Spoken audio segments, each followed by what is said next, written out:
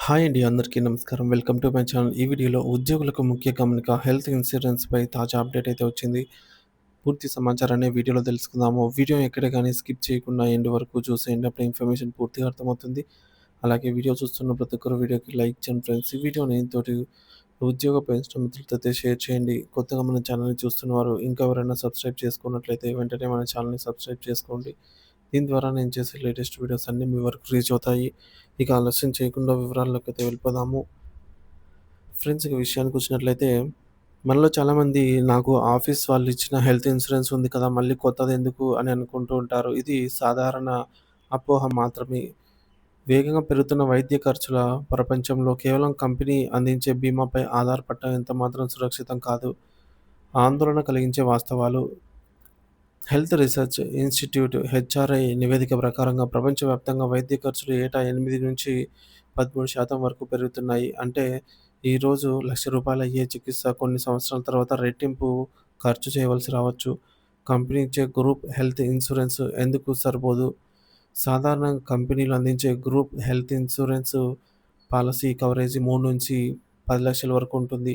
ఇది చిన్న చిన్న ఆరోగ్య సమస్యలకు సరిపోవచ్చు. కానీ ఒక పెద్ద వైద్య అవసరం అత్యవసరం పరిస్థితి, గుండె ఆపరేషను, క్యాన్సర్ చికిత్స వంటి అవయవ మార్పిడి వంటివి వచ్చినప్పుడు ఈ మొత్తం ఏమాత్రం సరిపోదు. కంపెనీ బీమాలోని ప్రధాన లోపాలు: తక్కువ కవరేజ్. ఒక మంచి కార్పొరేట్ హాస్పిటల్‌లో సాధారణ సర్జరీలకి లక్షల్లో ఖర్చవుతుంది. అటువంటి పరిస్థితుల్లో మీ బీమా మొత్తం అయిపోతే మిగిలిన డబ్బు కోసం మీ పొదుపు మొత్తాన్ని కరిగించాల్సి వస్తుంది లేదా అప్పు చేయాల్సి వస్తుంది. ఉద్యోగంపై ఆధారపడటము, జాబ్ డిపెండెన్సీ. కంపెనీ ఇచ్చే బీమా మీరు ఆ ఉద్యోగంలో ఉన్నంత వరకే వర్తిస్తుంది. మీరు ఉద్యోగం మారినా లేదా దురదృష్టవశాత్తు ఉద్యోగం కోల్పోయినా మీ ఆరోగ్య బీమా రక్షణను కోల్పోతారు. కొత్త ఉద్యోగంలో బీమా పాలసీ ప్రారంభమయ్యే వరకు మధ్యలో వచ్చే అనారోగ్యాలకు మీరే బాధ్యత వహించాల్సి ఉంటుంది. కుటుంబ సభ్యులకు పరిమిత రక్షణ. Limited family coverage. చాలా కంపెనీలు పాలసీదారులు తల్లిదండ్రులను కవర్ చేయవు లేదా వారికి చాలా తక్కువ కవరేజ్ ఇస్తాయి. అదనపు ప్రీమియం చెల్లించినా అనేక షరతులు వర్తిస్తాయి. నాలుగోది నిబంధనలు మరియు షరతులు టర్మ్స్ అండ్ కండిషన్స్. గ్రూప్ పాలసీలో రూమ్ రెంట్ పరిమితులు, నిర్దిష్ట వ్యాధులకు వెయిటింగ్ పీరియడ్ వంటి అనేక నిబంధనలు ఉంటాయి. దీనివల్ల బిల్లులో కొంత భాగాన్ని మీరే చెల్లించాల్సి రావచ్చు. అదనపు ఆరోగ్య బీమా పాలసీ యొక్క ప్రాముఖ్యత. ఒక వైద్య అత్యవసర పరిస్థితి ఎదురైనప్పుడు మన ఆప్తుల ఆరోగ్యం వారు త్వరగా కోలుకోవడం గురించి మనం ఆలోచించాలి. కానీ ఆసుపత్రి బిల్లుల ఆర్థిక భారం గురించి కాదు.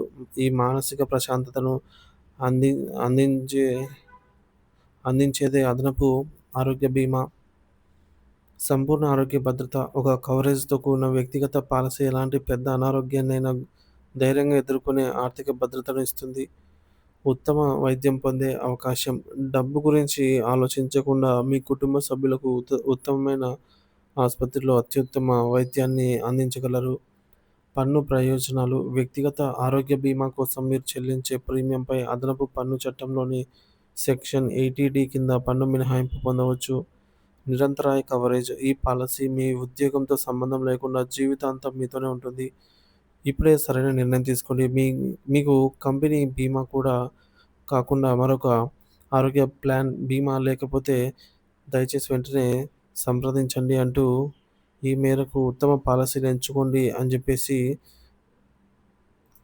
గమనిక. ఒకవేళ మీకు ఇప్పటికే ప్రత్యామ్నాయ ఆరోగ్య పాలసీ ఉంటే అది చాలా మంచి విషయం. దయచేసి అధిక కవరేజ్‌తో ఆరోగ్య పాలసీ అవసరమైనన్ని మీ స్నేహితులు మరియు సహోద్యోగులకు ఈ విషయాన్నైతే సూచించండి.